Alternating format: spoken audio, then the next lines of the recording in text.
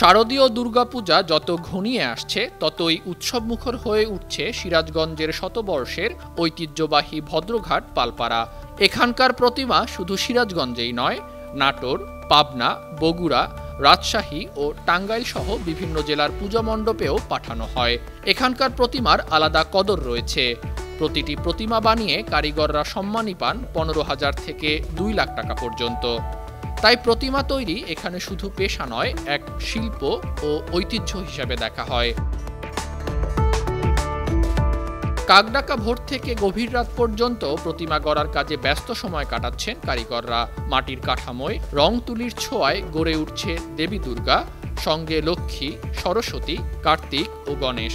কারিগরদের নিখুঁত শিল্পকৌশল প্রতিটি প্রতিমাকে এনে দিচ্ছে আলাদা রূপ। চলতি বছর 1/2 শতাধিক বাড়িতে তৈরি হচ্ছে প্রায় 8 শতাধিক দুর্গা প্রতিমার সেট।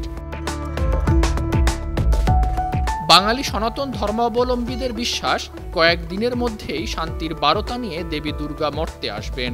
দেবীর আগমন উপলক্ষে ভদ্রঘাট পালপাড়া হয়ে উঠেছে শৈল্পিক মঞ্চ।